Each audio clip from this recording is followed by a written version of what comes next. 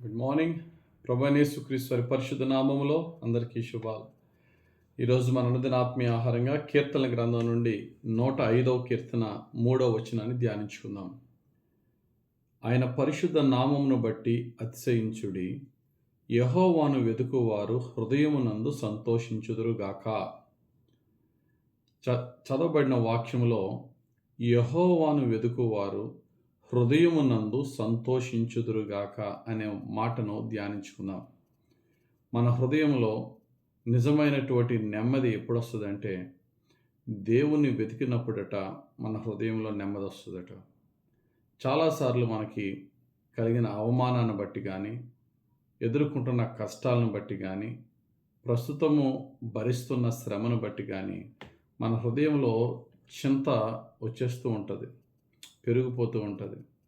అటువంటి చింతని మన హృదయంలో పెట్టుకుని అలాగే ఆలోచన చేస్తూ ఉంటే చింత పెరుగుతుంది. పక్కనోళ్ళతో చెప్పుకోవడం వల్ల కూడా పోయేది తగ్గదు.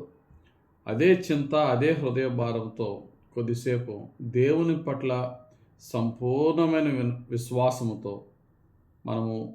మన ఒక్కరమే ఏకాంతంగా దేవునితో ప్రార్థనలో గడిపినప్పుడు, ఆయన సన్నిధిని కోరినప్పుడు, ఆయన వాక్యాన్ని ధ్యానించినప్పుడు, ఆయన యొక్క కార్యములు ఆల్రెడీ మన జీవితంలో మన పాస్ట్ లైఫ్లో చేసిన కార్యాన్ని ధ్యానించి, వాటిని ధ్యానించటం ద్వారా విశ్వాసం పెరిగి, అదే విశ్వాసముతో జరగబోయే వాటి కొరకు ప్రభు దగ్గర ప్రార్థన చేస్తే అద్భుతమైనటువంటి సమాధానం.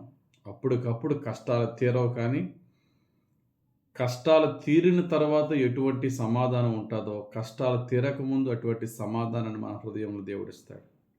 ఎందుకంటే సంతోషించుదురుగాక అనే దేవుడు ఇక్కడ చెప్పబడిన ఈ కీర్తనలో యెహోవాను వెదుకువారు హృదయమందు సంతోషించుదురుగాక అనే మాటను దేవుడు చెప్పేశాడు, ఆజ్ఞ ఇచ్చాడు ఆయన సేవకుల ద్వారా.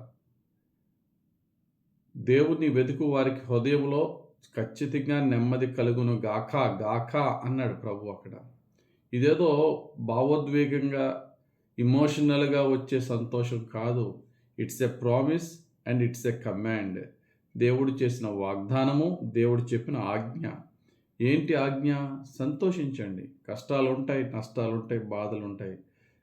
ఈ లోకంలో కష్టాలు బట్టి సంతోషించమనట్లేదు. ఆ కష్టాల మధ్య నన్ను బట్టి, నా పట్ల నీకున్న విశ్వాసంను బట్టి, ఆల్రెడీ నేను నీ పట్ల చేసేసిన అద్భుత కార్యాలని జ్ఞాపకం చేసుకునేట బట్టి, నేను నీ పట్ల ఏమై ఉన్నానో, ఎటువంటి వాడనో అని ఇంతకాలం నువ్వు ఏమి తెలుసుకున్నావో దానిని బట్టి విశ్వాసంతో సంతోషించు. చూస్తూ ఉండు, ప్రజలందరూ నిన్ను చూస్తూ ఉంటారు ఇప్పుడు ఏం చేస్తాడని. నువ్వు మాత్రం ప్రభువులు ఆనందిస్తావు. మౌనంగా ఉండి, దేవా నీ కార్యముల పట్ల నాకు విశ్వాసం ఉందయ్యా, పరిస్థితులు ఏమైనా నీవు కార్యాలు చేసి నా తల పైకెత్తే దేవుడవు. ప్రజలందరూ నా పని అయిపోయిందని అనుకుంటున్నారు. ప్రజలందరూ నేను ఒంటరిదని అనుకుంటున్నారు. కానీ ఆ యొక్క బాధ, ఆ యొక్క కష్టము, ఆ నష్టము, నా హృదయ వేదన నీ పాదాల మీద పెట్టినప్పుడు నీ ద్వారా పొందుతున్న ఆదరణతో ఎన్ని కష్టాల మధ్య అయినా సరే నేను నెమ్మదితో ఉంటానయ్యా అని ప్రభు పాదాల యొద్ద మనం ప్రార్థనాపూర్వకంగా ధ్యానిద్దాం. ఎప్పుడైనా సరే మనము చాలా బాధ, హృదయంలో వేదన అనుభవిస్తున్నప్పుడు ఒంటరిగా కూర్చుని ఆలోచిస్తే బాధ కలుగుతుంది. కానీ తలుపులు వేసుకొని ప్రార్థనలో ఒంటరిగా ధ్యానించండి. ప్రార్థనలో ధ్యానించండి. ప్రభు చిత్తం కొరకు ఆలోచన చేయండి. ప్రభు మనతో మాట్లాడతారు. అప్పుడు మనము కూడా పౌలు గారి జైల్లో ఉంటూ కూడా అన్నమాట, ప్రభువునందు ఆనందించుడి. మరలా చెప్పేదను, ప్రభువునందు ఆనందించుడి. Rejoice in the Lord, again I say rejoice అని ఫిలిప్పీలకు రాసిన పత్రిక 4వ అధ్యాయం 4వ వచనం ఎలా చెప్పారో, ఆయన శ్రమల్లో కూడా ఆనందించాడు. ఎందుకంటే శ్రమలు బాగున్నాయని ఆనందించలేదు. ఈ శ్రమలు నన్ను ఏం మాత్రము కూడా ప్రభు సేవ నుండి కానీ, ప్రభు నాకు అప్పగించిన ఆయన దర్శనము నుండి కానీ ఏది కూడా నన్ను ఆపలేదు అని ఆయనకి విశ్వాసం ఉంది. ఈ శ్రమలు నేను జయిస్తాను, నా ప్రభు జయింపజేస్తాడనే విశ్వాసం ఉంది. అందుకు నా శ్రమల్లో కూడా ప్రభు నందు ఆనందించాడు. హబక్కూకు భక్తుడు అంటాడు కదా, అంజూరపు చెట్లు పూయకుండినను, ద్రాక్ష చెట్లు ఫలింపకపోయినను, పంట పైరుకు రాకపోయినను, సాలలో పశువులు లేకపోయినను, గొర్రెలు దొడ్డిలో లేకపోయినను, నేను యెహోవా యందు ఆనందించేదను. అన్నీ నెగిటివ్సే. ఎటువైపు చూసినా అనుకూలమైన పరిస్థితులు నాకు లేకపోయినా నా ప్రభువులో నేను ఆనందిస్తాను. కారణం ఏంటంటే, ఇవేమీ లేకపోయినా నా ప్రభువు నన్ను పోషించగలడు. నాకు సహాయం చేసేవారు ఎవ్వరు లేకపోయినా నా ప్రభువు నన్ను ఒంటరిగా విడిచిపెట్టడు. అది ఆయన ఆనందం. కాబట్టి చదవబడ్డ వాక్యంలో మనం చూసినట్లయితే, యెహోవాను వారికి అట ఆనందం అట. కానీ ఇక్కడ రివర్స్ జరుగుతుంది. ఆనందం వెతికితే మనకు ఆనందం రాదు. యెహోవాను వెతికితే ఆనందం వస్తుంది, సంతోషం వస్తుంది, సమాధానం వస్తుంది. కానీ అలా కాకుండా రివర్స్‌లో వెతుకుతున్నారు ఈ మధ్యన. ఈ యొక్క ప్రపంచం ఎప్పుడు కూడా ఎలా వెతుకుతుందంటే, సంతోషం ఎక్కడ దొరుకుతుంది, ఆనందం ఎక్కడ దొరుకుతుంది, హృదయంలో నెమ్మది, సమాధానం ఎక్కడ దొరుకుతుందని వెనకాతల నుంచి వస్తే అది దొరకదు. యెహోవా దేవుని సన్నిధి దొరకదు.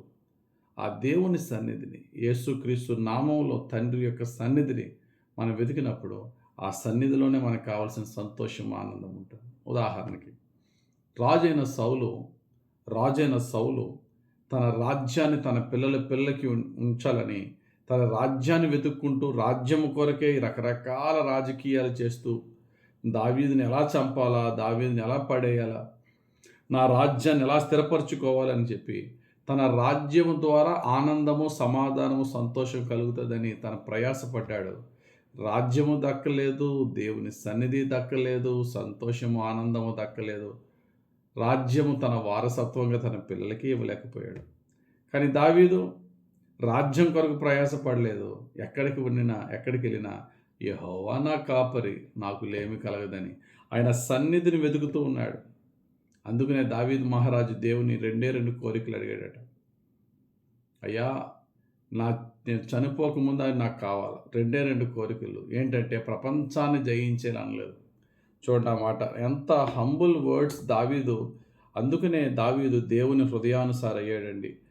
చూడండి, ఆయన తన పూర్ణ హృదయముతో, పూర్ణ మనస్సుతో ఏం వెతుకుతున్నాడు ఇక్కడ చూస్తే 27వ కీర్తన 4వ వచనంలో, యెహోవా యొద్ద ఒక్క వరము అడిగితిని, ఒకే ఒక వరం, దానిని వెతుకుచున్నాను. ఏంటట? యెహోవా ప్రసన్నతను చూచుటకును, ఆయన ఆలయములో ధ్యానించుటకును. అయ్యా, నీ సన్నిధిని నేను అనుభవించాలి. 1. 2, నీ ఆలయములో నేను ధ్యానిస్తూ ఉండాలి. అది నా జీవితకాలమంతయు నేను యెహోవా మందిరములో నివసింపగోరుచున్నాను. ఇందులో రాజ్యం గురించి ఎక్కడైనా ఉందా? డబ్బు గురించి ఎక్కడైనా ఉందా? దీర్ఘాయుషు గురించి ఎక్కడైనా ఉందా? తన పిల్లలు రాజ్యాలు ఏలేయాలని ఎక్కడ లేదు. ఎప్పుడైతే దేవుని వెతికాడో దావీదు, ఆయన సన్నిధిని, ఆయన వాక్యాన్ని ఆయన ధ్యానిస్తూ ఆయన సన్నిధి కొరకు ఆయన ఆలయంలో ఉండాలని ఆశపడ్డాడో, ఆయనకి కావాల్సిన రాజ్యం ఆయనకి ఇచ్చాడు దేవుడు. తన పిల్లల వారసులుగా దేవుడు చేశాడు. ఆస్తిని, ఐశ్వర్యాన్ని, ఘనతను అన్నీ ఇచ్చాడు. అతడు పాపము చేసినా సరే, అతడు చేసిన పాపాన్ని బట్టి పాపాన్ని విడిచిపెట్టి మారు మనసు పొందితే తిరిగి అతని సమాధానం అతనికి ఇచ్చాడు. కాబట్టి ఈరోజు దేవుడు చెప్తున్న మాట ఏంటంటే, సంతోషాన్ని, సమాధానాన్ని, ఆనందాన్ని వెతకొద్దు. దేవుని సన్నిధిని వెతుకు. కష్టాల మధ్య ఆయన్ని యందు విశ్వాసముతో, ఆయన కృపగల కార్యాల కొరకు వెతుకు. ఆయన మీద నమ్మకముతో ప్రార్థనలో ధ్యానిస్తూ ఆయన యొక్క ఆదరణ కొరకు ప్రాకులాడు. ప్రార్థనతో ఆయన్ని వెతుకు. దేవుడు ఆయన కార్యాలతో ఆయన నేనున్నానని నిరూపించుకుంటాడు. ఆయన నెమ్మదిని, సమాధానాన్ని, హృదయం నిండా ఆనందాన్ని ఇస్తాడు. దేవుడు తన పరిశుద్ధ వాక్యం దీవించి మన జీవితంలో ఫలింపజేయను గాక. ఆమేన్. పరిశుద్ధుడా నా తండ్రి, ఈరోజు మాకు ఇచ్చిన ఈ వాక్యం బట్టి నీకు వందనాలు.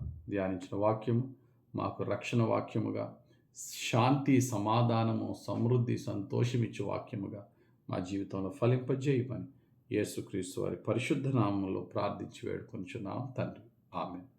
తండ్రి యొక్కయు, కుమారుని యొక్కయు, పరిశుద్ధ ఆత్మదేవుని అభిషేకం హెచ్చుగా మనపై దిగివచ్చి మనల్ని రక్షించి కాపాడి త్రియేక దేవుని శాంతి సమాధానముతో మనల్ని దీవించును గాక. ఆమేన్. God bless you. Have a very blessed day.